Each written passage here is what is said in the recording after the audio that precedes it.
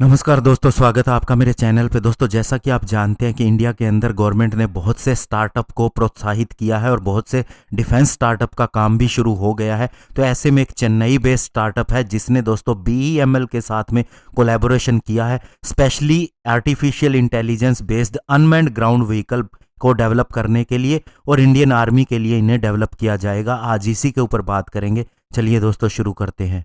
तो दोस्तों, जैसा कि आप जानते हैं कि आर्टिफिशियल इंटेलिजेंस फ्यूचर है और इंडियन आर्मी इसके अंदर अपने आप को पूरी तरह से तैयार कर रही है। ऐसे में चेन्नई बेस्ड एक स्टार्टअप है जिसे 3 इंजीनियरिंग ग्रेजुएट ने शुरू किया है और उन्होंने BEML के साथ में कोलैबोरेशन किया है जॉइंट डेवलपमेंट के लिए, specially artificial intelligence based unmanned ground vehicle यानी कि UGV के लिए।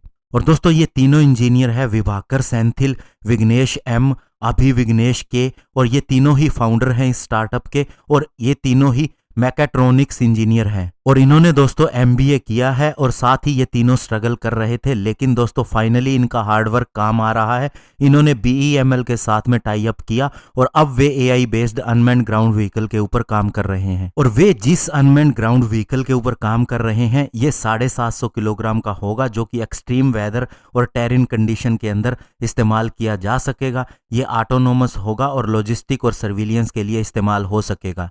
और उन्होंने ये भी बताया कि army design bureau initial stage के अंदर उनकी मदद भी कर रहा है। और उन्होंने ये भी कहा कि हमने पूरी रिसर्च की है पहले इस चीज़ के ऊपर कि हमारे जवान क्या चाहते हैं, किस तरह के प्रोडक्ट की उनको ज़रूरत है। और उनका कहना था कि नॉर्मली एक जवान 60 किलोग्राम तक के इक्विपमेंट कैरी करता है हाई एल्टीट्यूड के एरिया के अंदर, और इसमें कहने को कोई दो राय नहीं होगी कि ये बहुत ही डिफिकल्ट होता है। लेकिन अब ये अनमैन्ड ग्राउंड व्हीकल इतना लोड लेके जा सकेगा जितना 10 जवान कैरी करते हैं। और साथ ही ये भी बताया गया कि उन्हें पावर देने के लिए इस UGV की बैटरी का भी इस्तेमाल किया जा सकेगा, और इससे जवानों को एक टेक्नोलॉजिकल एडवांटेज भी मिलेगा।